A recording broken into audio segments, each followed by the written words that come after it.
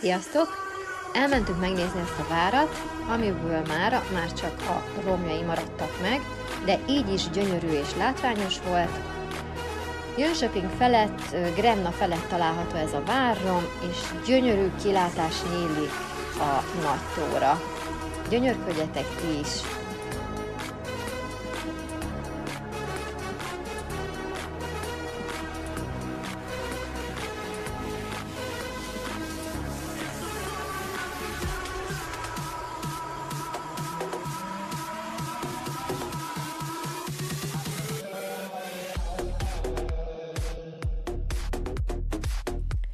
Meseszép hely, tényleg csak ajánlani tudom, aki Svédországba utazik.